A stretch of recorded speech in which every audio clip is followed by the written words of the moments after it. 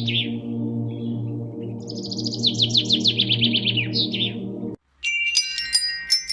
میرے لیے بہار کا جھونکا ثابت ہوئی تھی. میری قسمت قابل رشک تھی کیونکہ میری پسند کی شادی ہوئی تھی اور میرے جانثار صالح اور بعمل شوہر نے میرے دامن کو خوشیوں سے بھر دیا تھا.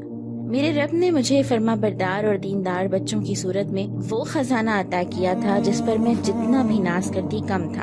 یوں تو میرے سبھی بچے صالح اور پاکیزہ فطرت پر تھے، لیکن میرا ایک بیٹا ان سب میں نہایت پرہیزگار اور دیندار تھا، شریف، متین، کم گو اور عمدہ اخلاق والا. لیکن نہ جانے کس کی نظر لگ گئی، میرا ذہین و فتین بیٹا نفسیاتی مریض سا بن کر اپنے آپ کو مظلوم اور دوسروں کو ظالم سمجھنے لگا، اور اس کی اس کیفیت نے میری خوشیوں کو جیسے نگل لیا. میں سوچ بھی نہیں سکتی تھی کہ میرے گھر کا ماحول بھی کبھی ایسے تناؤ کا شکار ہوگا. اس مسئلے کا حل کیا ہو؟ میرا ذہن کام نہیں کر رہا تھا. ان دنوں میری ملاقات درس قرآن دینے والی ایک معلمہ سے ہوئی. میری حالت دیکھ کر انہیں بہت تشویش ہوئی. میری تمام کتھا سن کر انہوں نے مجھے بہت تسلی دی اور ہمت بندھاتے ہوئے کہا کہ یہ صرف تنہا آپ کا مسئلہ نہیں ہے، بلکہ بہت سے گھرانے کا مبیش اسی نوعیت کے مسائل سے گزر رہے ہیں. خاص کر ہر پابند شریعت گھرانے سے تعلق رکھنے والا کوئی بیٹا یا بیٹی اپنے خیالات، اقوال اور اعمال کے سبب سب گھر والوں سے مختلف ہو جاتے ہیں.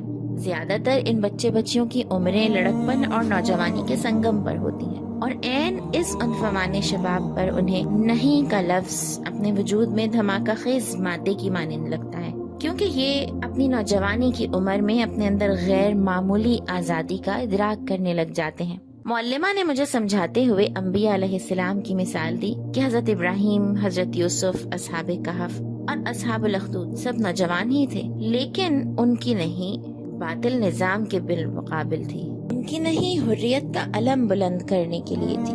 انہوں نے بھی نہیں کہا مگر باطل کے خلاف انہوں نے بھی اپنی قوتیں، صلاحیتیں سچ کی علم برداری میں لگائیں. معلمہ نے مجھے کہا کہ میں اپنے بچے کو سمجھانے کی کوشش کروں اور اللہ کی جانب رجوع کروں. اللہ نے اپنی کتاب میں تمام مسائل کا حل رکھا ہوا ہے. میں حیرت سے اپنی اس معلمہ کو جو میرے لیے محسنہ بن چکی تھی سن رہی تھی. انہوں نے مجھے رجوع اللہ کی ہدایت کرتے ہوئے مسئلے کا حل بتایا اور سورہ طلاق کی آیت نمبر 2 بسم اللہ الرحمن الرحیم، اللہ کے نام سے جو بڑا مہربان نہایت رحم والا ہے.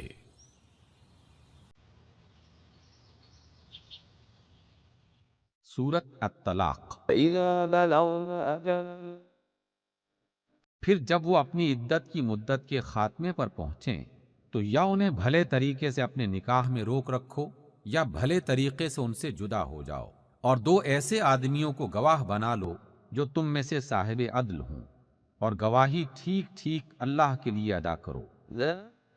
یہ باتیں ہیں جن کی تم لوگوں کو نصیحت کی جاتی ہے ہر اس شخص کو جو اللہ اور آخرت کے دن پر ایمان رکھتا ہو.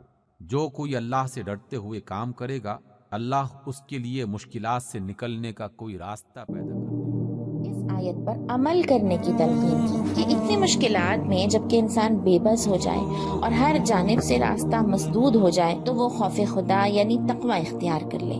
میرے دل میں اپنی معلمہ کی ہدایت گھر کر گئی. میں نے عملی طور پر تقوی اختیار کرنے کا ارادہ کر لیا اور اپنے اللہ سے ثابت قدمی کی دعا مانگی.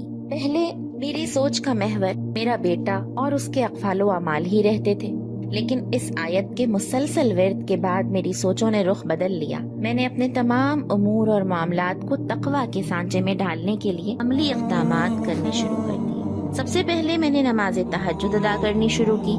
مجھے نماز تہجد کی ادائیگی سے ایسا سکون ملا جیسے دنیا میں ہی مجھے جنت اور اس کے خزانے مل گئے ہوں.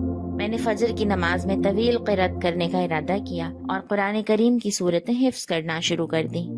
حفظ کرنے سے مجھے بے حد سکون اور اطمینان ملا. تقویٰ کے حصول کی تگ و دو میں نے اپنے ہر کام میں خلوص نیت شامل رکھی اور صرف اللہ ہی سے اجر کی امید رکھی. عبادات تو میں پہلے بھی کرتی تھی، دعائیں بھی مانگا کرتی تھی، لیکن جب سے تقویٰ کی صفت اپنانے کی کوشش شروع کی مجھے عبادتوں میں لطف آنے لگا تھا.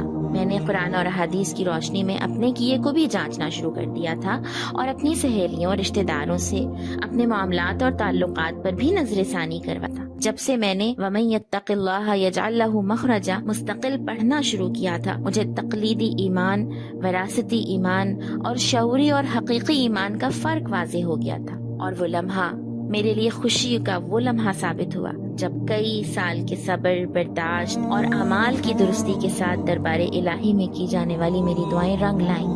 اللہ کریم نے میرا بیٹا مجھے واپس کر دیا۔ میں اپنے رب کی عنایات پر جتنا شکر کروں کم ہے۔